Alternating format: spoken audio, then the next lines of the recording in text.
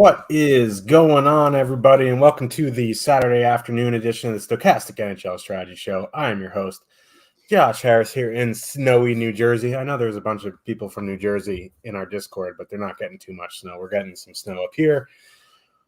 Surprisingly, it's pretty mild up in Cliffy's neck of Canada right now, which is weird because you're northeast of me. Yeah, well, it's a little bit chillier, like today specifically, but it was like really warm this week. Like I was working out outside in just a sweatshirt, which like January, New Brunswick, like that just doesn't happen. But I mean, it's a nice day out. Went for a run a little earlier. Interesting games last night. I mean, interesting games themselves weren't really that good, except for Carolina just absolutely laying the wood. Took Washington in the final 10 minutes of that game. Obviously, the big news was out of Chicago with Connor Bedard getting hit. But it was Brendan Smith, right, that stepped up. It's like of all players to take out the top young player in the game. It looks like he was a fractured jaw, so he's going to be out at least a month. I'm guessing. That kind of sucks. Like for the All-Star, like I'm not a Chicago fan. I don't really care in that regard, but for the All-Star game, for kids like to be able to see him and all that kind of sucks. But interesting slate here tonight, because there is some injury news that might come from New Jersey. There are a couple lopsided matchups that we're looking at.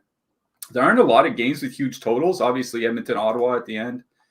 We'll talk about that. New Jersey, Vancouver. But other than that, there's like a bunch of 6 total games, which is somewhat low.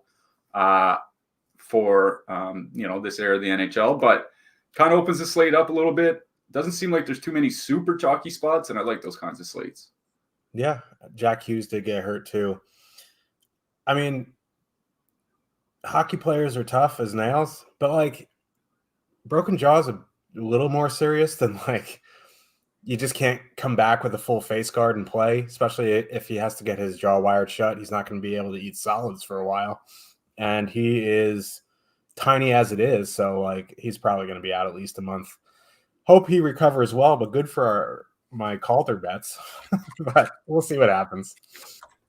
Got a $50 super chat from Mark Brandon 0328. I don't really speak Russian, but Privyet, mój drugas. Long-time listener, first-time caller. This is your second time calling because you gave us a $50 super chat on the last show. You are quickly coming up the list of being the man. Is Connor McDavid fast on skates? I'll hang up and listen to your answer off air. My actual question is, when betting props, do you prioritize home team skaters for hat trick bets? I don't. Like, I know in other sports like home court or whatever, home field advantage means something, but like on ice, it doesn't make a huge difference. I mean, like the home team obviously gets to dictate matchup, but like if the matchup is good, I don't care if they're on the road or not. Yeah, I'll just say like I don't bet that much. Like I'll do some preseason like point totals and player conference bets and all that, but like there isn't like a huge gap between home and road scoring this season. I looked at it. I mean, this was a month ago that I looked at it, but it wasn't like that big of a gap. It was like 0.2 goals per game, which is, or is less than that, 0.1, I think. It wasn't huge. So it's not something that I would be too concerned over. I think no matter what you're betting, this is just a general rule. Like it's just if it's good value. It doesn't matter if it's home, road, back to back. What the matchup is. It just depends on the value and what kind of price you have on it. So I'd say I would just make sure it's good value. There are definitely spots where, it used to be you don't take teams going into Boston when Bergeron was there. That's not even really a thing anymore. Like there's no, like with Carolina's goaltending not really being that great, there's no one spot in the league anymore where I'm like, nah, I don't want to stack against that. You know what I mean? Or have a player against that or anything like that. So I would just say, just make sure that the value is what you're looking for. And if it's good, like go ahead. And of course, as always, please play responsibly. But thank you very much for the $50 super chat. That's very generous. I appreciate it. Burns pretty much had a hat trick yesterday on the road. He had that one goal tipped by Svechnikov on the power play. Otherwise, he would have had a hat trick. He was on the road. But the only matchup that I really don't stack against is the Markov line. That's pretty much the only line now in the NHL, I think. Yeah, that's fair. And that's even like kind of a new thing because Bobrovsky had a couple of pretty bad seasons there where it was like Carolina this year, where even if Florida was good defensively, even if you were up against the Barkov line, the goaltending was bad enough that it didn't really matter. That's just something that's like really new over the last few months. Yeah, and I obviously don't stack against my boy Party Marty Jones, but no, I'm just kidding. Sucks. Anyway, we got big narrative street there on him, but we have a nice 10 gamer. The GPPs are a bit lacking because there is American Foosballs, the Devil, a bit later at 4:30. Don't know how or why that affects NHL lock. I don't want to get into it. I will start turning colors. Should get into this slate 10 gamer. Before we do, as always, thank you guys so much for the support over the past few weeks with the affiliate link stuff. You guys have really been showing out with the super chats and signing up through our link. We truly appreciate it. It supports us directly, as we always say. Helps you guys get free content from us. We can be on more, etc., etc. Appreciate it. Like, I don't know. I'm not someone who likes to ask for help. I am stubborn in that way, but you guys have really showed out, and I appreciate it. And I'm sure Cliffy does too. I don't want to put words in his mouth. Yeah, no, I certainly do appreciate it as well. Like Josh says, like those kinds of gestures, like clicking through the affiliate links and things like that, though, they're what help keep us doing these shows as often as we can. So we certainly do appreciate the help. Every little bit helps, even if you're not signing up, just like sharing our shows or subscribing to the channels, like those types of things still help. So we appreciate anything that people are able to do for us, certainly. Yeah. Now Cliffy and I can afford razors. No, I'm just kidding. I need to shave though, but I just cleaned the bathroom and I felt really bad. Like I should have shaved before I cleaned the bathroom. Yeah, I mean that's all right. Learn for next time. Yeah, that's why I still have. Never mind. Tampa Bay Lightning with a 2.7 total heading into Boston. The Bruins have a 3.3. On Thursday, we're like, we don't have too much interest in Pitt Boston. It's a 6 total. 19 goals in the first period. Yeah, 5 goals in the first 10 minutes or something like that. Like, oh my god. But I don't. Those things happen in hockey sometimes. Like neither of the goalies could, stop a nosebleed. But there's outside of Boston 1, there's not too much ownership in this game. Interestingly enough, on Thursday, we didn't get Tampa lines until a minute before lock, and they went to Hagel, Point, Kucherov, and they're getting 1% here. They are expensive with a 2.7 total on the road, so I don't think you need to prioritize that. Like, yeah, Bergeron's gone, Krejci's gone, et cetera, and Boston's still not the greatest team defensively, but like 21,400 on the road with a 2.7 total against good goaltending. I'm not running out to play them in single entry, but if you're gonna get that, if you're gonna give me them at 1%, Kucherov's having an unreal season, the best iteration of a line Tampa could put together, in my humble opinion, is Hagel, Point, Kucherov. I think getting the more lineups you make, the more you can get to Tampa 1 here. Cirelli and Stamkos with Paul is just not it for me.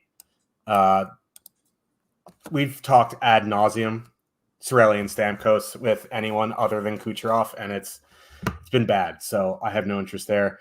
Boston 1 coming in at 8% ownership. I talked about Geeky on the last show. He's really bringing down Pasternak, that line. Like, he's fine as a player. I just don't want to full stack that line with that kind of ownership, even if it is a little bit positive leverage. I think obviously one-offing Pasternak is fine, but this is another one of those games where if I'm going to go to Boston, it's going to be Marchand, Coyle, DeBrusk. Yeah, I'm kind of struggling with this because you're right. Like, Hagel, Point, Kucherov is the line that I was wanting to see. Like, I keep talking about Brandon Hagel. It seems like almost every time the Lightning are on. He's just having, I know like the points aren't super high for him, but I think the thing to remember with him is that he's been off the top power play unit basically this entire season. I think he only has 4 power play points.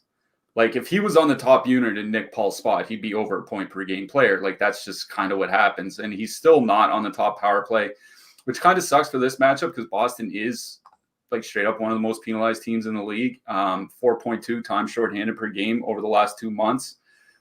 Tampa Bay drawing an above average rate of power plays per game. So, Tampa might get a lot of opportunities with the man advantage. It just won't be with Hagel there. And also, if I'm not mistaken, I thought I saw in the morning skate that Cirelli was moved down to the 3rd line with Connor Sheary and our boy Mikey Esamon. That's actually a good line that interests me. Yeah. If it wasn't against Boston, but it would put Paul with Stamkos and Alex Barré-Boulet on the 2nd line. What worries me with that is like, unless for whatever reason Tampa just beats Boston's brains in, like they're up 4-0 after the first period or something like that, those lines are changing. You know what I mean? Like I find it hard to believe that Stamkos and Nick Paul and Alex Barré-Boulet are going to last the entire game. And if they change, then that means they probably move Brandon Hagel off the top line, et cetera, et cetera. I really like this Tampa top line. Like they're up over 200 minutes together with Hagel there, 3.4 expected goals, 3.8 actual goals. Like they are a tremendous offensive line. I just worry that the lines aren't going to stay together just because of what the rest of the lineup looks like. You know what I mean? So I'm out on Tampa, which kind of sucks because like I really do like having Hagel up there. I'm out on them in like single entry. Like I think there are just other like low owned expensive spots. We'll get to them. Buffalo, New York, Toronto a little bit. We'll get to those in a second. But I just think there are other low owned spots that you don't necessarily go to. I obviously have some if I was playing 150 max or something like that, but single entry I don't think so. For me, it's actually like I get what you're saying about the Boston top line. I don't like having Geeky there. In fact, I was looking at the Boston power play numbers. With Geeky on the top power play unit, they're creating 77 shot attempts per 60 minutes at 5-on-5. There are Carolina lines and Edmonton lines at 5-on-5 that have higher shot rates than that. Like they're just not generating anything. They're scoring once in a while, so it's been all right. But they're going to be getting those second line matchups against that Paul Stamkos line, and that is something that is big time in favor of Boston. So where Boston's not coming in with like super heavy ownership, there's actually some positive leverage per the top stacks tool on that top line, 8% ownership, 9.9% top 2 stack percentage. I don't mind Boston one here, honestly, just because I think it's a really good 5-on-5 matchup. The goalies are struggling for Tampa on the penalty kill. So I think of any line in this game, I would actually play Boston one. It just sucks to pass on Tampa one because I really, really do like that line. They have been really good this year. They were really good last year. I just don't have a lot of confidence they're going to stay together because honestly, that second line for Tampa looks like garbage. Yeah, they do. There's 2 forwards in Florida that need top power play time. Brandon Hagel being one, Carter Verhaeghe being the other. Put those boys on the power play, they'll have 90-point seasons. I'm pretty confident. Minnesota Wild with a 3.1 total heading into Columbus. The Blue Jackets have a 2.9 total. A lot of ownership in this game. Matt Zuccarello is back on the top line with Marco Rossi and Matt Boldy. Joe Eriksson-Ek moves down to the second line with Hartman and Marcus Johansson. That kind of leads me to believe, well, I mean, Columbus is home, but like if these lines stayed together, this leads me to believe that Joe Eriksson-Ek, Hartman, Johansson, obviously going to be the shutdown line. Neither here nor there tonight. I am in a bit of conundrum what to do with Minnesota here because that top line is 15-9. They're fully correlated on the power play, I would assume. They didn't run power play stuff, but I would imagine Zuccarello jumps back to power play 1. They have their ownership is much higher than the top 2 stack percentage. It's another one of those things, right? This isn't like, oh, Marcus Johansson there and this ownership is ridiculous. It's an easy fade. These are 3 good players. The problem is there isn't a huge sample. Zuccarello's a good playmaker, but like I don't know if Boldy's the guy that can carry the line like Kaprizov did. I do have a little bit of concern there. Like watching some of the Wild games, like Boldy just has these lapses where he just plays awful for 2 periods and then he figures it out. I think it's fine. It's 15-9, 10%. It's not like they're like 13,000 coming in at like 21%. I think it's fine. There's other lines in the price range in similar matchups, maybe a little bit worse matchups, but they're coming in with like a fifth of the ownership. And I just think like, I don't know. I'm a big Rossi guy. I'm a big Boldy guy. I like Matt Zuccarello. He was one of my favorite Rangers. I just don't know if this line's going to mesh right away. And then on the second line coming in almost 10%, like I'm not playing the line almost 10% with Marcus Johansson. Just it is what it is. Like maybe it's a bad bias. It could be a hole in my game where I have a bad bias. Certainly possible. I'll need to reflect in some mirrors looking at myself later in the season. But like, I don't know. It just that kind of feels like bad chalk. I'd rather spend the extra 200 with a little bit less than 1% more ownership and go to Minnesota 1. On the Columbus side, like Columbus 1 is 12,100 and they're coming in with 5x ownership to their top 2 stack percentage. Like it's a good power. Where'd I go? Oh, you're still there. I'm still here. My screen just went blank, but it's a good power play matchup. I think a Fantilli one-off is fine or a two-man with Gaudreau is fine. It's just I was kind of hoping they'd come in at like 3% ownership, like 6% Columbus. Just feels bad. Yeah. If anything, I would probably play the Minnesota top line, Zuccarello, Boldy, Rossi, if I'm playing on the Minnesota side, just because all three are on the top power play unit, and Columbus's penalty kill has just not gotten better. They need Boone Jenner, Sean Corrali back. Like that's just kind of the way it is. So it is a good power play matchup for Minnesota, but then it's a power play matchup for Minnesota where they don't have Kirill Kaprizov. So I'm not super convinced that they're going to have a great power play without him, but that's why, if anything, I would play Minnesota 1. For me, it's the Columbus side's actually the interesting side for me here for a few reasons. Like a 2.9 total is not nothing, right? The Montreal is at home. We'll talk about them next. They're at 2.6. We just talked about Tampa. Tampa's at 2.7. Like that 2.9 is the same as Buffalo. It's higher than St. Louis. It's the same as Nashville. Like it's certainly not nothing. And if anybody looked at the end of Columbus's game against Philly a couple nights ago, they completely changed the top power play unit. Like they booted all the Russians off. Like, don't mean to call them out by nationality, but that's what they did. And Fantilli, Gaudreau, and Danforth all on the top power play unit together. So now that's a perfectly correlated power play unit, and we know how bad the Minnesota penalty kill has been, especially with Marc-Andre Fleury in it. Like they're just allowing a lot of shots, and Fleury's not stopping a lot of them. So I think it's a pretty good power play matchup for Columbus 1. Like you're right, there is more ownership than I'd like. 5.7% ownership, 1.2% top 2 stack percentage. But if Minnesota has been one of the most penalized teams in the league over the last couple months, they're at 4 times shorthanded per game. Like if they give up 3 or 4 power plays to Columbus and they have a tough time killing them, like I think this could be a good spot for Columbus. Like I am a little worried about ownership, but honestly, it's a 10-game slate. And if you're playing a 12K line, like there are a lot of $18, $19, $20, $21,000 lines that you can play with them that aren't coming in with much ownership. So even if this line's 5%, you can probably stack them with another line that's 5%. So I actually don't mind Columbus 1 here. And also shout out your boy, Kent Johnson. Kent Johnson was the guy that jumped up to the top power play with them. He's playing with Emil Bemstrom and Jack Roslovic down on the third line.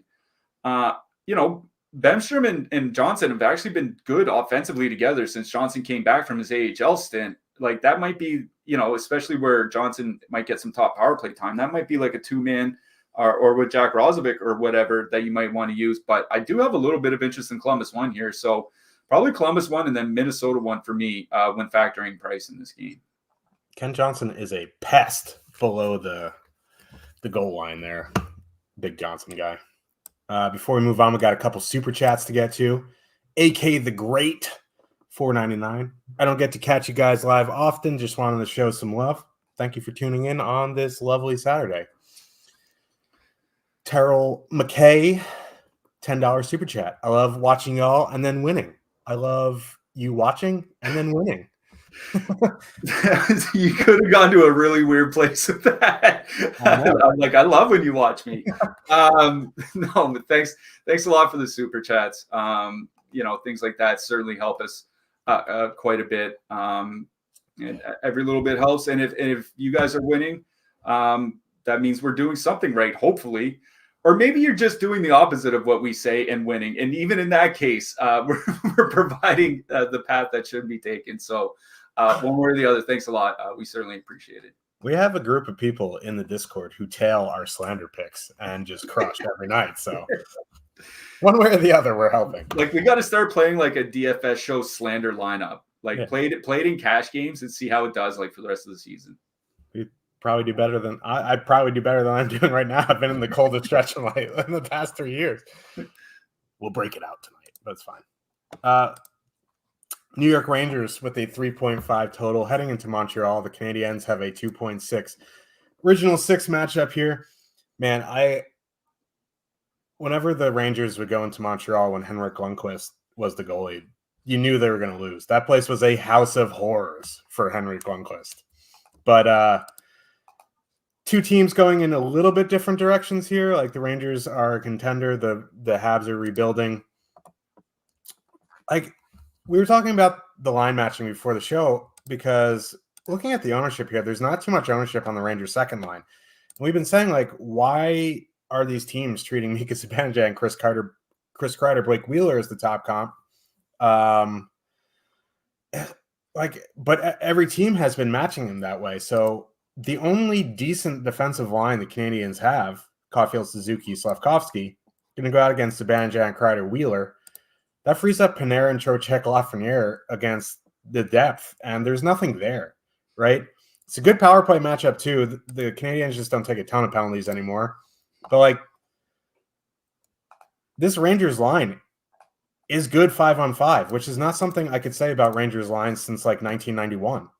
Like, they haven't had a good 5-on-5 line as long as I can remember, and this is one of them. So, like, I don't know how you fade Rangers 2 here at 19,000 coming in at 3.8% projected. Maybe they come up during the day, but like they'll still have positive leverage if it comes up another 2-3%. I don't know, man. Like, I'm in on Rangers 2. On the Montreal side, I don't mind. Like, I don't mind Montreal 1 in a nutshell. I don't know if I'll full stack them, but like, taking a couple guys off that line is fine. Like a Cole Caulfield one off, I think is fine, or like a Suzuki, Caulfield, Slavkovsky, Caulfield, something like that. I don't know. And someone's just said in the chat, please tell me Othman's in play. Dude had a shot bonus and a block shot in like 12-12 the other game. He is not shy on both ends of the ice. So like, if you want to play him, go ahead, but like, he's going to play 12 minutes. Yeah. I mean, I'm not shy about playing a guy that's only going to play 12 minutes. I do that quite a bit, actually. Yeah, I agree with you on Rangers too. That's why I wrote them up specifically in the picks article, free to read over on Stokastic.com. Just head on over to the NHL section. I do like to check up on lines that stay together for a while to see if they are cooling off. Like, the Los Angeles top line is a perfect example of that. Like, they were great basically for the first 2 months of the season, and then pretty bad for, not bad, but much worse offensively for like 3 weeks. And now they're broken up. And so you like to check in on lines that stay together. Like, this Rangers line is still just humming. Like 3.2 expected goals, 3.4 actual goals per 60 minutes, 5-on-5. Over their last 10 games. And Montreal is taking a lot fewer penalties than they were earlier in the season, but the penalty kill is still pretty bad. Like, they've given up 13 power play goals against in their last 15 games. Obviously, the Rangers power play is still really, really good. Panarin and Trocheck are big reasons why. Like Panarin and Trocheck are going to, like you said, are going to avoid that Suzuki line. Like Montreal's team defense, I think the other day when I talked about it, it was like 18% more shots against and 28 or 29% more expected goals against with the Suzuki line off the ice. Like it's just a really good matchup at 5-on-5 and a really good matchup on the power play for the Rangers. Like you mentioned, that ownership, 3.8% ownership, 7.6% top two stack percentage. Like it's their top two is doubling their ownership. They're a little expensive at $19K, where Lafreniere is not on the top power play unit, but honestly, he's still kind of at least on DK, he's still kind of at a price point where you don't really need like a multi-goal game out of him. Like if he gets a goal and 3 shots or something, like that's fine. A couple of assists in a couple shots, like that's fine. Like he doesn't need like a huge performance to pay off. So I really like Rangers too. They're one of my favorite lines on the entire slate. As for Montreal, I also wrote up Cole Caulfield in the picks article for the reason that you mentioned. They're going to be going out against the Zibanejad line. The Zibanejad line has not been good defensively. Their last 10 games, 3.1 expected goals against per 60 minutes. That's well below average. I think the league average is like 2.6. So they're roughly 20% worse than that. 4.7 actual goals against per 60 minutes. Like they've really been struggling defensively with Blake Wheeler up there. They've been a lot better offensively. That's the trade-off that they're kind of taking, but I think it gives Montreal a really good matchup. They're coming in with a little bit of negative leverage, but like we just talked about Minnesota and all the ownership that they have. Like their top line is coming in at 10.2% with and they're under 16,000. They're fighting 15,900 on DK. Montreal top line is 15,200, and they're coming in with less than half the ownership. So, like, I think there are other spots to go than playing a super chalky Minnesota. I think Montreal is certainly one of them, but it's Rangers too that I like best in this game, and it's not particularly close. Yeah. I will say, like, power play stacking is like perfectly fine too. Like, if you don't want to play Lafreniere, leave Lafreniere off and add Kreider, add Zibanejad, like something like that. I think that's perfectly fine as well. But like for even strength lines, it is Rangers too.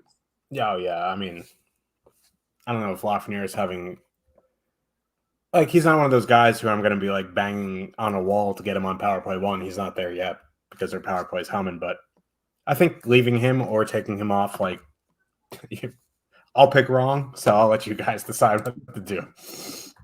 Vancouver Canucks with a 3.3 total. Heading into New Jersey, Los Diablos es 3.3 total. I don't know. I was thinking in Spanish, so why not? Okay. Jack Hughes got hurt last game. He did not return. There was no update on him. You were saying, like, I was saying, like, there's no way he's going to play, and then you look, they don't play again until Thursday, so they're probably going to err on the side of caution and not play him. Hischier also left the game. He did return, though, so, like, if you are interested in the Devils here, like I would definitely pay attention at warmups because I wouldn't be shocked to see both those guys be out. I would imagine Hischier plays. I would imagine I'm leaning towards Hughes sitting and Hischier playing, but you just never know. Line combinations, don't know. They won yesterday, but like that game was chippy. There's injuries. I just don't know. Like we were conjecturing on the lines before the game if Hughes is out. And like the ideal thing would just to be move Nico Hischier up to Hughes' spot and go Hischier, Bratt, Toffoli. I just don't trust their head coach to do that. So like pay attention to warmups. But if that is the line, I will have interest in them because Vancouver's penalty kill is not great and they will definitely be fully correlated. Where my interest lies here is on the Vancouver side. They also have a 3.3 total, 3.3 road total. And the Devils played last night. They're banged up. Vitek Vanacek went last night. They're number 1 goalie. So it's probably going to be Nigel Dawes in net. Unproven goalie. Vancouver 2 coming in under 1% projected. Vancouver 1 coming in under 2% projected. I think either line is fine. I tend to always go towards JT Miller, Brock Besser. It's just what I do. But I think the Pettersson line is fine. I like Vancouver. Yeah, I honestly like. We'll have to see what happens when the coach gives an update. Like usually when teams play back to back, a coach will give an update like a couple hours before warm up or like 90 minutes before warm up. So maybe around 5 Eastern, we might see something on Hughes. If he like we were talking about before the show, I don't think he's going to play because they are off till Thursday. They've won 5 of 6. This is a non-conference opponent. Like it would make sense to me to, if there's anything kind of bothering him, just let him rest until Thursday. We'll see what happens. If he's out, I assume Hischier goes to the top line, but I'm not sure they leave Bratt and Toffoli with him. Like it would seem like one of those situations where they go like Toffoli, Hischier, Mercer, and then like Bratt, McLeod, Holtz, or something like that. You know what I mean? Like we're just gonna have to wait to see. I have a feeling like whatever happens, like if Hughes is out, there's going to be some low line combinations because we won't know what the lines are until warm-ups, right? So that's the one thing I will say about New Jersey. Like I don't have a lot of interest in them because at a certain point, like yes, like anything can happen in hockey, et cetera, but if Jack Hughes is out and Dougie Hamilton's already out, they're missing Meyer and Platt. Like at a certain point, you're just missing too many guys where the value might get because guys are moving up to play 17, 18, 19 minutes is gone because they're playing with much worse players. Like that's just kind of the concern. I would just watch for warm-ups. What I will say is that Michael McLeod is having I think a pretty underrated season for New Jersey. He's one of the reasons why their bottom 6 isn't getting run over every single night. And if he moves up to a second line role, it could be a really cheap second line filler stack is what I'm saying. And it could be a good second line filler stack because, McLeod is good. Bratt is good. Holtz is having a fine season, like, et cetera. Whoever's there, I think it could be a good filler. But I'm with you in general. I like the Vancouver side of this. The New Jersey goaltending is it's just still the New Jersey goaltending, right? Vanacek wasn't awful last night, but again, it was Chicago without Bedard for 50 out of the 60 minutes of the game. So I think even giving up 2 goals to the rest of that Chicago roster is a pretty bad game. Vancouver, there's not a big sample with Pius Suter on that second line, which kind of worries me. They're almost riding a hot hand. They're trying to find somebody to play with them. But it is like Miller, Besser, and Suter that I would like best because I assume if Hughes is out and Hischier's on the top line with Brad or whomever, they're going to get the shutdown matchup against Pettersson. And then Miller's playing, he'll play against McLeod, but he's still going to get third line matchups. He might even get fourth line matchups every once in a while. The New Jersey penalty kill has been good. The goaltending's let them down, big surprise. Where there's no ownership coming in on this top line, I agree with you. I like the JT Miller line here. If you want to play the Pettersson line, I really don't have an issue with that. Pettersson's been shooting a lot lately. He's 4 shots per game over his last 9 games. I'm not convinced that his line is going to stay together either. We're going to have to see when warmups hit. I will say in general, it's the Vancouver side I like better. It's the Miller line I like specifically. But it seems like there's going to be some changes of warm-ups probably on both sides that are going to change around some DFS lineups. You know who the Devils' leading goal scorer at 5-on-5 is? No. Alex Holtz. All right. I would have honestly guessed Toffoli, but they have Toffoli, they have Hughes, they have Nico, they have Bratt. And Holtz, when this team is healthy, was buried on the 4th line. Yeah, I think he was even a healthy scratch for once or twice. I know. He's your boy, so I wanted to give you some I appreciate a little bit of rainbows on this ugly day. As we mentioned off the top, if you sign up using our affiliate link to become premium members, just sounds good. You get access to player and ownership projections, the top stacks tools, the line combinations, and the Discord. Discord's been a bit rowdy the past few days. I'm gonna start walking around in like a middle school principal looking for weapons of mass destruction or something. I don't know, man. Simmer down. Let's just talk some hockey. But yeah, if you have questions, lots of sharp guys in there. You get all these tools.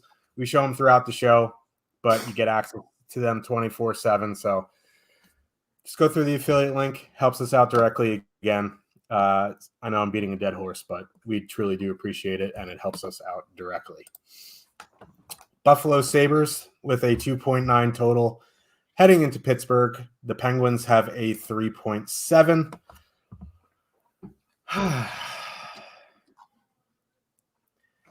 Alex Tuck was sick yesterday. Missed practice. I would imagine. Yeah, the coach said Tuck and Greenway are both going to be playing. Yeah. So, like, I know Buffalo only has a 2.9, but, like, this line is still only 19-1. They're coming in under 1%. And they went into Montreal and ran some fools over. And it's not like it's an atrocious matchup. Now, I will say with Ricard Raquel there on the top line, that's the matchup they're going to get. It is a bit tougher now than when anyone else is really there, Rust or whomever. But it's another one of those cases where I don't fully trust Penguins goaltending. This line's still underpriced compared to what they have done before. I don't know if I'm going to get there in single entry, but at that ownership percentage, it does raise some eyebrows there. I also don't mind the Buffalo depth here. Peterka, Quinn, Cousins. They're also coming in with absolutely no ownership. I like them as a filler. The real question here is what to do with Pittsburgh. And I'm kind of at a crossroads here because I want to believe that the Sabres have turned a corner. Every time I believe that, they just absolutely shit the bed. You know what? Just real quick, I was looking earlier. Buffalo hasn't won back-to-back games. I think it's Halloween and November 2nd was the last time they did that. They haven't won back-to-back games in 2 months, over 2 months. Yeah, and like, I don't know, man, because this Pittsburgh top line with Raquel has been very good. And with Raquel moving to the top power play, their power play has actually been decent, which for Pittsburgh I almost went F-bomb there, is a miracle. Frankly, it's a miracle. So, like, I kind of like Pittsburgh 1 here. Yeah, I really do like Pittsburgh 1. Like, Buffalo has been a little bit better defensively, but the one problem has been their penalty kill. Their penalty kill has still been very, very bad over the last month, even as the team has somewhat improved. And as you mentioned, the power play for Pittsburgh's been pretty good. Over 10 goals per 60 minutes over the last 4 weeks. Like, that's not elite. Like, that, you know, that's not like Tampa, Edmonton, or anything like that. But, you know, it's like Ottawa, Boston. Like, it'd be comparable to those types of teams. So I, perfectly correlated on the top line. I do like Pittsburgh 1. There is some hefty ownership coming in on them is the one thing that's kind of concerning, like over 10% ownership because they are so cheap. But it is a really good matchup on the power play for them. Like I was looking at Jake Gensel because I noticed Sidney Crosby hadn't been shooting the puck a lot, even though he's been certainly been chipping in his goals. Jake Gensel has 34 shots in his last 8 games, like 4.25 shots per game. Like, that's pretty good. I really do like Pitt 1 here, but what's kind of interesting me is Pitt 2. The reason I say that is because, like, the Buffalo's second and third lines typically haven't been very good defensively, especially the Dylan Cousins line. Dylan Cousins line sitting at 3.7 expected goals against per 60 minutes. Now they're at like a 55-minute sample, so certainly not anything large enough, but they weren't a good defensive line last year either. You get Malkin on the top power play unit. Rust and Malkin were really, really good last year. Their only problem was finishing. Certainly doesn't look like that's been that big of a problem at 5-on-5 for Pittsburgh this season. So you get second and third line matchups. You still get Malkin on the top power play unit. I kind of like Pitt 2 here. They're not coming in with a lot of ownership, 3.3% against a 3% top 2 stack. I think this is a spot where I might prefer Pitt 2 over Pittsburgh 1, but both lines are certainly in play. I wonder about the Buffalo side here because the top line has been a lot better since Alex Tuck returned this last time. 3.6 expected goals per 60 minutes at 5-on-5. Jeff Skinner, 1.3 individual expected goals over the last month per 60 minutes. Like, that's really high. Like, they are generating a lot. And we just saw, a couple nights ago, one off night and it's 5 or 6 goals against. I think with Buffalo, it's kind of in that Tampa bin where they are coming in really low owned, but in a single entry, I think they're like Rangers too. Is if they're coming in at like 3 or 4%, I would rather play that than a 1% Buffalo one. Like that's just kind of the way that I'm looking at it at similar prices. So I think I would still play the Pittsburgh side here, but I think there is definitely merit to going to Buffalo. I just don't think I'll get there at single entry. Yeah, me either. I like them though. And if I was making even 5 lineups, I'd probably have a one Buffalo one. Voice. Toronto Maple Leafs. 3.7 total. Heading into San Jose, the Sharks have a 2.3. This game's at 7 p.m. Eastern in San Jose. Yeah, Hockey Night in Canada, bud. They're having there's a whole country up here of people that watch hockey, They chose the Sharks game to do that? Well, no, they just show all the Canadian teams. So, Montreal, Toronto will be on one channel, Montreal will be on another channel, so on and so forth. You know who's back? I'll tell you.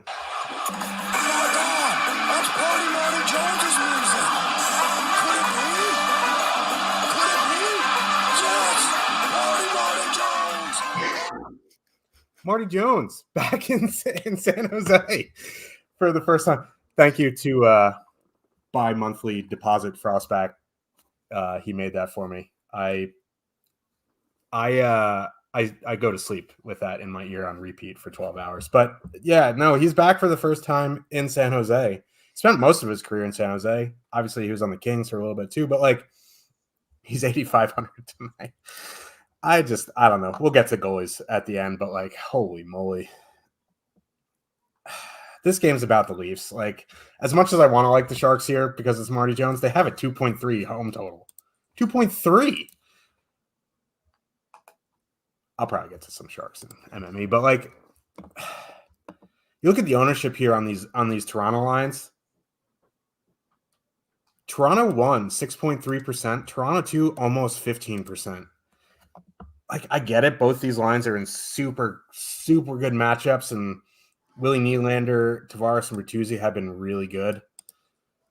But if you're going to give me lower owned Matthews against the Sharks, I think you could just power play stack. You can probably just play whomever you want. I kind of like Toronto 1 here. Toronto 2 definitely fine. They still have some positive leverage somehow, and they're 18,900. They're cheaper than Rangers 2. That's probably why Rangers' second line isn't getting a ton of ownerships, because this line is priced right there with them against the Sharks. I think you can power play stack. Logan Couture might be back tonight. I would imagine he slots in somewhere in the bottom 6, but I don't know. This is a Leafs game for me. If you want to get to some Hurdle, Eklund, Barabanov, and MME, be my guest, but Leafs game for me. Doesn't this feel like a game that the Leafs are going to lose? Absolutely. You know what I mean? They've lost to Chicago twice this year, and they've lost to Columbus twice this year. This is not a team that plays up to their competition, and that worries me. In fact, I was looking at some of the Vegas line movement, and I think Toronto's team total has dropped the most of any team today. You know what I mean? Maybe that's because Logan Couture could possibly return, or maybe it's just Leafs fans knowing exactly what's coming here tonight. That said, I did write up Toronto too in the article. We know how good William Nylander has been this season. If Matthews wasn't having such a big rebound, we'd be talking about Nylander as the team MVP. And I mean, honestly, he still might be. What's gone a little bit underrated is how much John Tavares is shooting the puck. He's just been firing as much as he can. He's been, I think it's 4.7 shots per game over his last dozen games. He's just been shooting a ton. And over his last 19 games, sorry. And, it's a low shooting percentage. I think he's shooting under 7% in that stretch. As soon as that turns around, they're going to start filling the net. The reason I like Toronto too, despite despite the lower ownership on Toronto 1. It's just the Eklund Hurdle line's actually been a decent defensive line. 2.5 expected goals against with Barabanov on the wing. Like, that's pretty good, honestly, especially for this team. The rest of the lines are atrocious, which is kind of why I like Toronto too. Like, I think this is a spot where, go Matthews, Nylander, Tavares, and with a double center, make it a super expensive stack. Go Matthews, Matthews, Nylander, and one of Bertuzzi or Nyes or something like that. I really do like Toronto too here. San Jose 1 is kind of interesting to me because the Toronto top line has been about average defensively in their sample together. And an average defensive line is really not something that concerns me a whole lot. Hurdle is the only guy on the top power play unit from that line. That might change with Couture back. If Couture's back, we'll have to see. But there's not a lot of ownership coming in on them. 1.3%, obviously only 0.4% top two stack percentage. William Eklund, one thing I look at is scoring chance assists from a Patreon called All Three Zones, and it's just assists on teammate scoring chances. William Eklund is amongst the elite in the league. Like, not for rookies or not, for just top line players or whatever, like amongst the absolute elite in the league so far this season. Small sample, we're looking, I think that the number of track games is like 15 games, not a lot, but like that's absolutely crazy to me. And considering like Toronto's been sitting around in California for 2 days now, like they haven't played since Wednesday. It's technically an afternoon game for them, like 4 o'clock start here, 5 o'clock Eastern. I could kind of see like Toronto kind of blowing this. I have a little bit of interest in San Jose 1, but it is Toronto 2 that I like best in this game by a wide margin. It's just I've seen too many Toronto teams just come up way short in this kind of situation, and that's just something I keep thinking about in the back of my mind. I mean, the Leafs just aren't that good. So, like seriously though, like if you put this blue line and goaltending on, I don't know, Boston, that team would be atrocious. So, like, I don't know, man. I have some interest in Sharks despite the 2.3 total too. Let's talk about the Blues. St. Louis Blues with a 2.8 total heading into Carolina. The Hurricanes have a 3.7 total. Ooh, baby. Svechnikov has like 7 straight multi-point games? Something like that. It's crazy. He is on fire. And it's the Blues, baby. So, like, there's a lot of ownership here on Carolina 1, deservedly. So, Aho has been great recently. Svechnikov's been on fire. Teravainen is the guy taking the pictures. But, like, I don't mind Carolina 1 here. It's just the ownership thing. So many ways to get different here tonight. Jarvis on the top power play unit with Stahl and Martinook. That line's getting an unbelievable amount of ownership because they're 10K to full stack. I don't know, man. Like, I just, at that point, just go to Carolina 1. Carolina 2 with Kotkaniemi, Bunting, Drury. Like, Drury's technically on the second line. He's been playing 10 minutes a night. So, like, it's Carolina 1 or bust for me. You want to one-off Jarvis, I think that's fine. We'll obviously get to D-Man at the end. Burns is wildly underpriced. Kyrou, Thomas, Vucinovic. I know they're going to be getting the Stahl matchup here, but... Can I jump in there? They've actually... No, since they moved Seth Jarvis down, they've been using the Aho line in the shutdown role more often lately. And I was looking... I think it was Carolina. Carolina was at home to Florida Montreal just before New Year's. And Aho went out, I think it was 85% of his even strength shifts was against the Suzuki line. So just something to think about. Yeah, here's the thing. Like, Kochetkov went yesterday. He may go tonight. I don't even know who the backup is now that they sent. Is Freddie Anderson's not back yet? So, like, no, but Ranta's on the roster. Okay, so it could be Ranta. Yeah, I like Blues 1 here. Like, that's what I'm getting at. Like, they're a good line.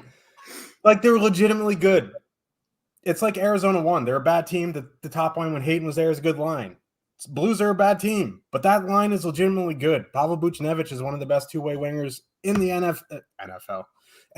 So like I like the Blues top line here. Ronta is confirmed, says Clayton. Pitchforks, we're going. Blues won. Yeah, I mean, Buchnevich is good enough where he might actually just make a good NFL wide receiver. You just never know. Yeah, I don't have a lot to say about Carolina 1. I wrote up Svechnikov in the picks article today. I suspect there's going to be some pretty high ownership on them. Like our top 2 stack projection, I think it's 13% and change for Carolina 1. Mike, I have 2 issues. I mean, I actually had 3 issues with that. 4 issues now that I'm thinking about it. I'm just kind of developing them in my head. 1, they're coming in over-owned, obviously. There's going to be – we have them at 13 and change. I wouldn't be surprised if in some single-entry contests, like you see Svechnikov and Aho north of 20%. 2, where they are going into the shutdown matchup more often, that means they're going to be getting the Robert Thomas line tonight. And that Robert Thomas line, like you're talking about how good they are, it's not just offensively. They are by far the best defensive line that the Blues have. Since Craig Berube got fired, they're at 2. Well, that's just a funny metric. I'm just using that as like the delineating point. Like, sorry, Craig, but you have a Stanley Cup. 2.2 expected goals against per 60 minutes at 5-on-5. Like that is considerably better than the league average. They are a really good defensive line. 3, St. Louis is the least penalized team in the league over the last 2 months. And I think I forgot the 4th point. But anyways, we're up to 3 points now. Like I think there are enough reasons to not play Carolina 1 here tonight.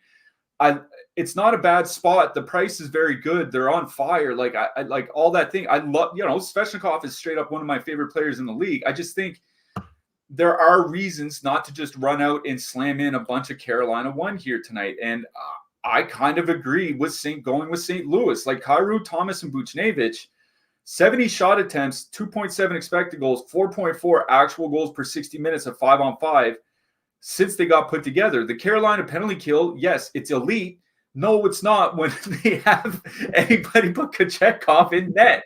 Like, there's a reason why Antti Raanta was sent down to the AHL. It's because he was absolutely atrocious. Now, a goalie can come back and be great.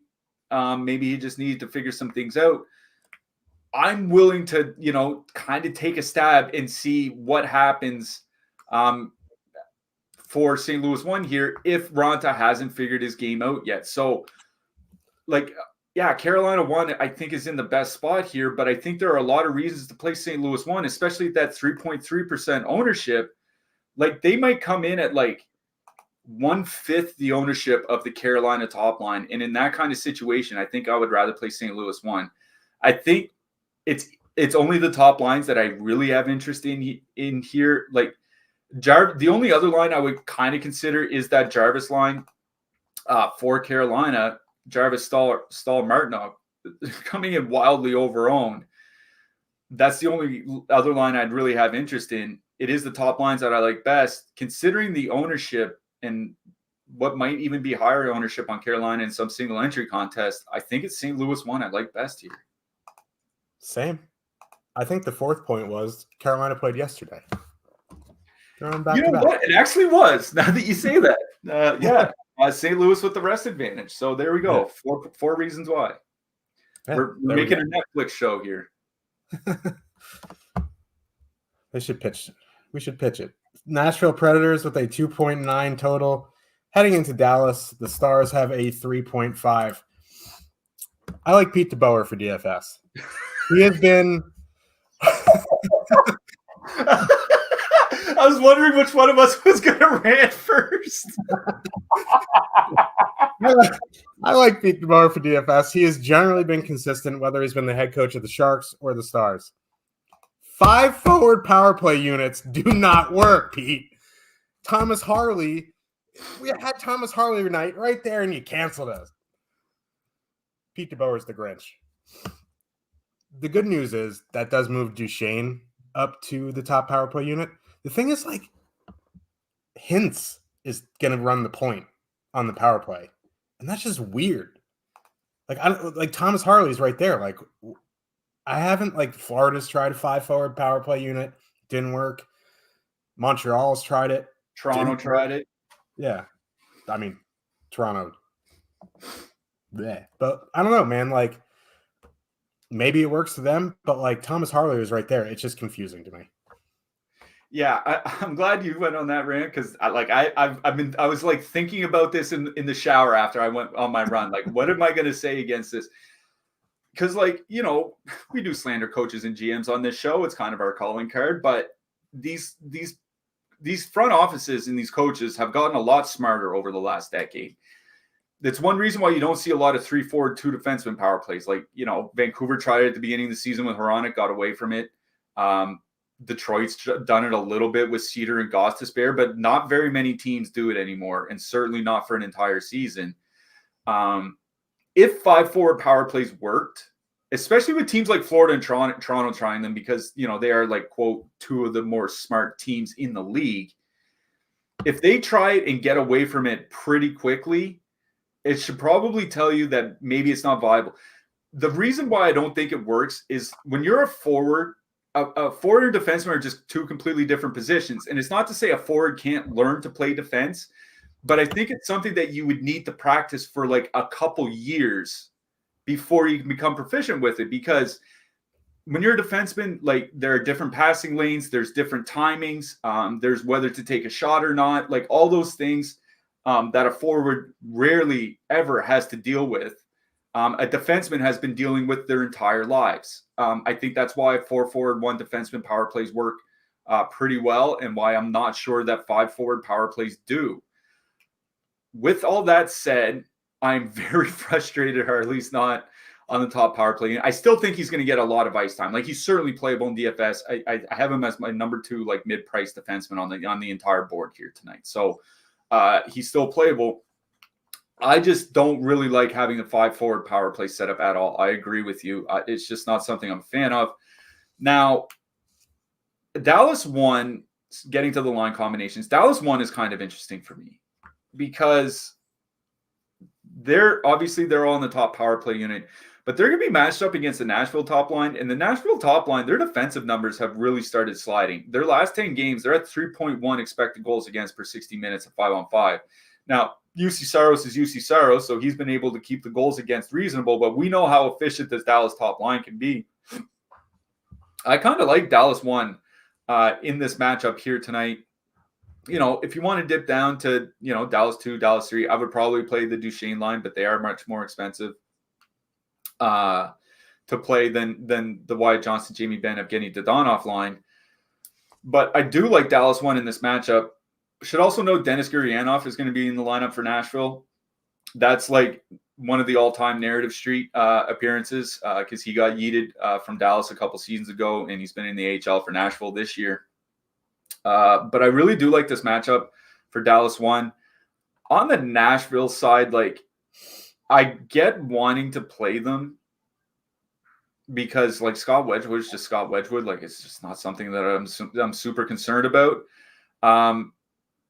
One of the reasons I really want to play them is I think, like, Heiskanen's obviously a massive loss for this team. Like, forget our excitement for Harley. I am really excited for Thomas Harley, but one of the reasons why, you know, Harley was able to thrive is because you'd have Heiskanen playing ahead of him, right? And now Harley is the guy that they're going to have to lean on, and that means more ice time and bigger roles for guys down the lineup that aren't ready. Guys like, you know, if Lundqvist or Hanley or Hakan, you know, I hate to slander Hakanpää, but I don't think he's necessarily like a number 3 defenseman or whatever. So I kind of like Nashville 1 here. Like, this is a spot with almost no ownership, 1.3% ownership. So they're coming in with positive leverage. You know, Dallas is without Heiskanen. They're without Ottinger, number 1 goalie, number 1 defenseman. It's pushing all their defensemen in wrong situations. Like, I think it's a really good spot for Dallas 1. Both top lines are coming in under own tonight, and like it's a 3.5 total for Dallas. This is not a nothing total. It's 3.5 even without Heiskanen out. So I think I prefer Dallas 1, but I wouldn't overlook Nashville 1 if I'm making a bunch of lineups here tonight. Heiskanen not always the best DFS play, so people might not realize how good he actually is. I don't like comparing him to the Rangers because I'm a Rangers fan and it sounds homerish, but like before Fox got hurt, the Rangers were one of the best defensive teams in the NHL. Like they just were.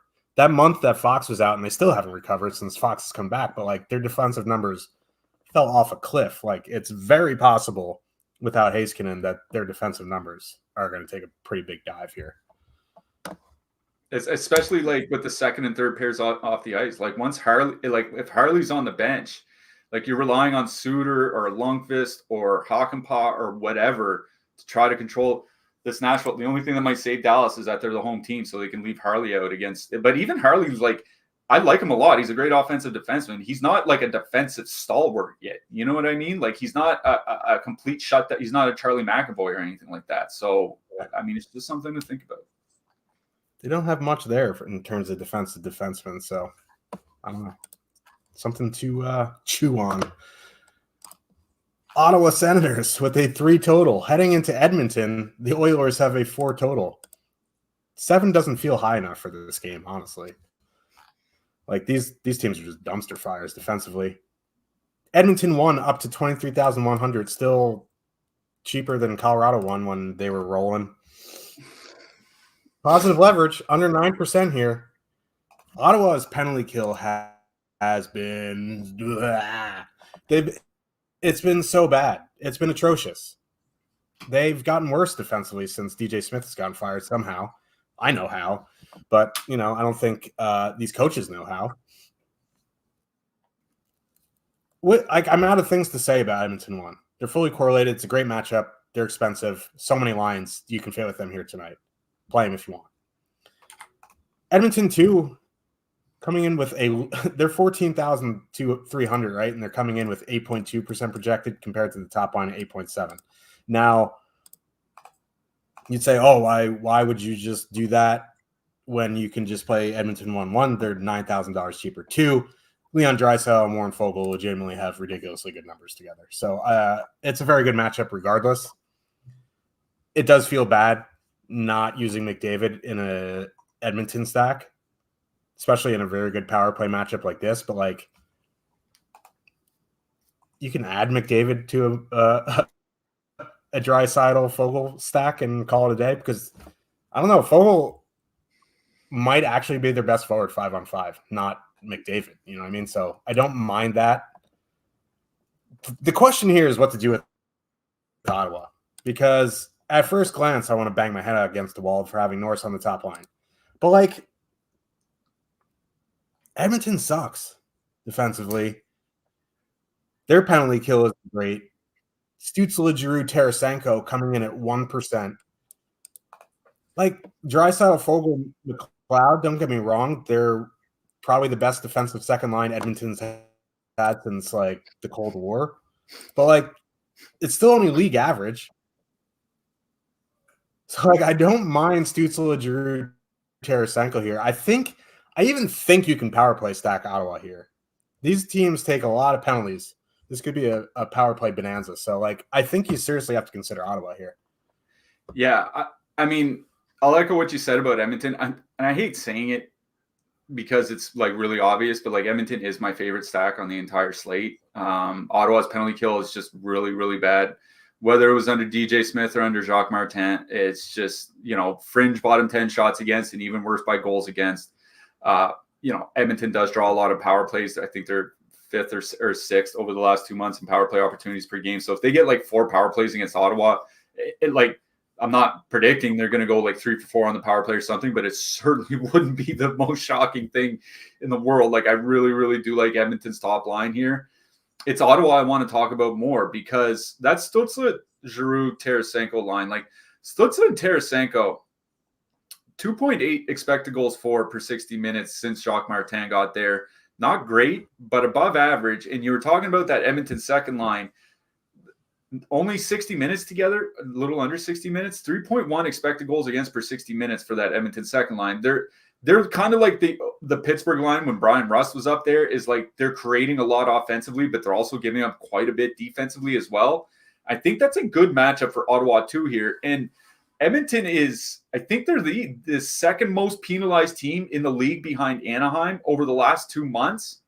And Ottawa's been splitting their power play unit time. Over their last 5 games, Ottawa's top unit is about like 2 minutes to 2:20 per game. And the second unit is at about 1:50 per game. So like there's a difference of like 20 seconds a game between the 2 units. And Tarasenko and Giroux are both on the second unit. So I kind of like Ottawa too here. Like you mentioned, not much ownership, 1%, coming in with positive leverage. I don't know if I would necessarily get there in a single entry. If I was playing 20 max, they would certainly be in my mix, and obviously they would be in 150. So I like I said, Edmonton's my favorite. Edmonton top line is my favorite stack on this entire slate. I think Ottawa is getting a little bit underappreciated here, let's say, because they are bad, but they can still score goals, and Edmonton's goaltending is still Edmonton's goaltending. Yeah.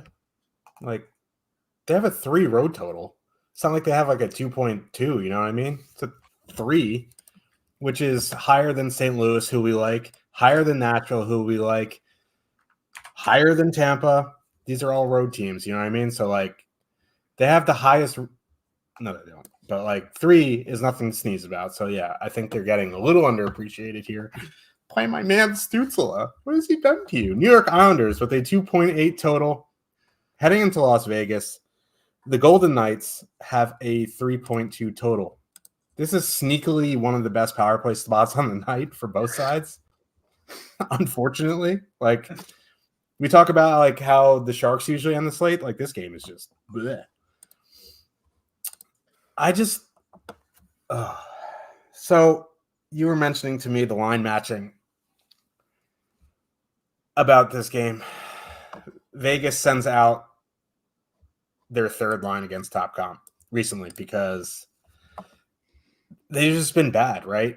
And that would put Eichel, Marchessault, Barbashev out against Islanders' second line, Islanders' third line, Islanders' fourth line.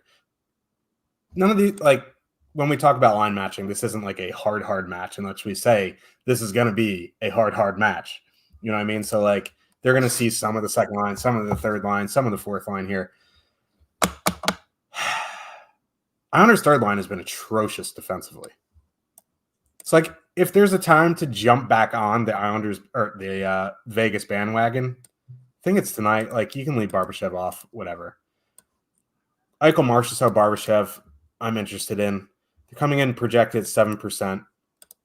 The second line, Stone, Stevenson, Dorfiev, coming in projected at 10%. No. Just no. Like, I'm just going to the top line there. Interesting thing to do here is what to do with the Islanders side, because everyone thinks, you know, Vegas, they won the Stanley Cup. They're this good defensive team. They have this great power or penalty kill. Their penalty kill has been sliding for the past month. The Islanders' power play has been good. Like, they've legitimately been good. And they're getting no ownership here. So, like, I don't mind going to the Islanders' top line. Don't even mind Brock Nelson, Kyle Palmieri. Like, this is a sneaky good power play matchup, and they have a 2.8 total. I don't know. I like both sides of this game, and I wish I didn't because, again, I'm probably going to have to stay up late and watch it. Yeah, the only thing that worries me is like sending out the Nick Roy line might actually be the best defensive line that Vegas has now. You know what I mean? Like that. What does that mean? No, but like that. I do like Roy. I saw Bill Carrier is going to be out. That kind of sucks because he's a guy that can certainly help to make that line go. But it is Vegas one that I like best here. I agree with you. Marchessault, he has 43 shots over his last 10 games. And when you have that kind of shot volume, all you need is one lucky night and you're just absolutely going to fill the net. Like, you talk about how bad the Islanders' third line is defensively. The Islanders' second line hasn't been much better. They've been sliding basically since the first month of the season. Over the last 3 weeks, they're at 3.8 expected goals against, 4.9 actual goals against per 60 minutes. Like, that's a really good matchup for Eichel and company. You know, at that top line for Vegas, 3 expected goals per 60 minutes at 5-on-5. You get 2 out of the 3 guys on top power play unit. I noticed the power play is starting to even out a little bit. And it's basically as productive as it was when Shea Theodore was there. It's just the 5-on-5 that's kind of hurt. But the Islanders just give up so much defensively. Like, we'll talk about goalies later. Ilya Sorokin's facing the most shots per minute of any goalie, any regular starting goalie in the league, like more than anyone from San Jose, more than anyone from Chicago. Like the Islanders give up a ton of shots, and if Sorokin's, not, 100% on his game, that's when the goals can come. Like I really do like Vegas 1 here, not coming in with a ton of ownership. They're coming in at about 7%, top 2 stack 9.5%. That's good positive leverage. I agree with you. I don't think you have to play Barbashev. I don't think, you want to put on Stone or something like that for extra power play, exposure. I think that's fine, but it is Vegas 1 that I like best here. Yeah. Can the NHL just make some late games that I don't like? Just one night so I can get some sleep. No. Anyway. No. Have you ever met the NHL schedulers? No. Probably the same people who make the contest sizing on DraftKings, so we get them in the room together. Anyway, coming up after us in about 20 minutes, 3:30 p.m. Eastern, NFL Live Before Lock with Greg Ehrenberg and Neil. 6 p.m. NBA Live Before Lock with our pal Emac and Greg Ehrenberg. Greg's a busy man on the Saturday. Emac's the man, by the way. He helped us out the other day. Truly one of the good guys. Let's talk a little bit about defensemen here. Top of the board, we got Quinn Hughes in the Hughes Bowl again. I don't know if Jack's gonna be playing, but I like Quinn. Like, it is expensive to go, Van power play, but it is a pretty good spot. Noah Dobson's pretty interesting at 7K. I think the guys that stand out to me are Yossi, Bouchard, and Pietrangelo up at the top. Who you liking up there and everywhere else? Yeah, Bouchard and Pietrangelo were the 2 guys, 1-2 on my list. I'll also add Rasmus Dahlin. I liked him last game, played Mathis. I chose Matheson instead, but it was a too expensive defenseman. Dahlin's he's kind of trying to do it all himself right now. And while that might not be good for the team, that's really good for DFS. His peripherals have been sky high over the last few weeks. Mid-price range like Thomas Harley, Brock Faber, 1-2. Actually, I have Faber number 1 just because of the matchup, but Faber and Harley 1-2 in that mid-price range. Also, Brent Burns as well. And I'll mention Braden McNabb. A ton of shot blocks for McNabb, and in what should be a high-paced matchup against the Islanders. I think he has a chance for that again, so I don't mind him on DK. For cheaper defensemen, I saw you talking about Shimon Nemec on Twitter yesterday. Like, I had kind of the same observation a couple games before that when I was watching New Jersey. Like, he's one of the most impressive rookie defensemen I've watched in a long time. Like, he looks so good. So Esa Lindell from Dallas, he's probably gonna have to play some more minutes. I'll mention Keandre Miller. He's not a guy that puts up a lot of peripherals, but he's a guy that is aggressive in jumping into the play. And against second and third lines from Montreal, I think that's exactly what you want. Nick Perbix was the guy I wrote up in my picks article. He's been 21, 25, and 26 minutes, I think, since all the defensemen got hurt. He should see a lot of minutes. Jake Middleton, same thing for Minnesota. For super cheap defensemen, the 2 that really stand out are the other Sebastian Aho from the Islanders. He's been playing like 19, 20 minutes of late with all those injuries. And I'll mention Jake Bean as well from Columbus, 2,900, getting reasonable minutes. And Minnesota has a lot of injuries of their own. I'm always a Jake Bean guy. I don't know why. Yeah, we do like Baked Gene here. Yeah, that just confused me. Let's talk a little bit about goalies here. Marty Jones, top of the board, 8,500. Like, no. Like, I would make a cash game argument for him that this is a winnable game for the Leafs, but like, if the Leafs lose this game 3-2 in overtime, I'll wake up tomorrow and go, yeah, sure.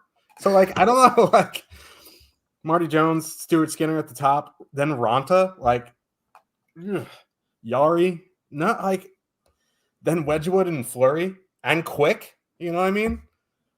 Then Logan Thompson, like, none of these guys up at the top of the board are super trustworthy. Not that any goalie is super trustworthy, but when you're locking in guys 8K and above, you really want that win equity. What we like to target here at Stokastic.com is shot volume. And as you mentioned, Sorokin sees the most shots, 7,400. He kind of stands out there. Montembeau, if you really like, Rangers are a pretty high volume team. It could get a little feisty there. Just saying. Ukko-Pekka Luukkonen. I just wanted to say that.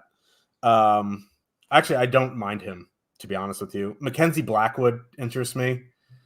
If Lucas Dostal can do it, how funny would it be if the Devils let Mackenzie Blackwood walk and then they traded for him at the deadline? They might have to. I know. That's going to be awesome. But, yeah, like goalie sucks tonight. So I don't know play the guys who you like, but Sorokin stands out. Yeah, Sorokin easily number one on my board. Shot volume, reasonable price. He could let up 4 goals and like save 40, 44 or something like that and still just be perfectly fine. So I do like Sorokin here tonight. For the expensive goalies, the 2 that stood out were Logan Thompson on the other side of that game and Tristan Jarry, because Buffalo's been picking up their own shot volume of late. As long as Jarry doesn't want to have one of his, classic Jarry games, he could put up a pretty good DFS score. But it's the cheaper goalies. I usually like cheaper goalies anyway. I think, like you said, there's just a lot of bad expensive ones, and there's the cheaper goalies I do like. Sorokin, he's not super cheap, but Tarasov back in net for Columbus. He's at home, 7,200. Could see some good shot volume without Kaprizov on the other side. I think it's Jordan Binnington starting for St. Louis, going into Carolina on that back-to-back. Don't mind him. And UC Saros, 7,300, starting for Nashville. We'll see if he actually gets the start. I know there was some thought that he might get a rest tonight. But I honestly don't see why, because they're off for a couple more days before they play Anaheim, and they can play their backup then. So I do like UC Saros as well. Yeah, I'll just add Thatcher Demko if Hughes. I mean, like, taking Hughes out might hurt their shot volume, but like, if the Devils do create without Hughes, it's probably not going to be as high quality. So I don't mind Demko either. Probably a little shot volume concern, but I don't know. Goalies are just mythical creatures. Who are you liking for your hat trick pick? I'm going to go with the guy represented on your jersey right behind you. I'm going with Jimmy Tim Stützle tonight. My man. I'm a big Stützle guy. Hasn't had the best season, probably because he's been saddled with some interesting line combinations here. I don't even know who I'm going with here. Marty Jones. No, I'm just kidding. Going Pavel Buchnevich. I like the Blues, man. I don't know. Yeah, I mean, that good spot for it with Ronte in net, almost certainly starting. So we'll see what happens. I love Ronte too. I don't know what happened to him, but age catches up, man. Comes for all of us. I hear that. We will be back on Tuesday. Man. Yeah. Like, thank you guys for all the super chats, and remember, if you want to go premium, do it through the affiliate link, please. You guys rock. We love you. Good luck, everybody. Good luck tonight, everyone.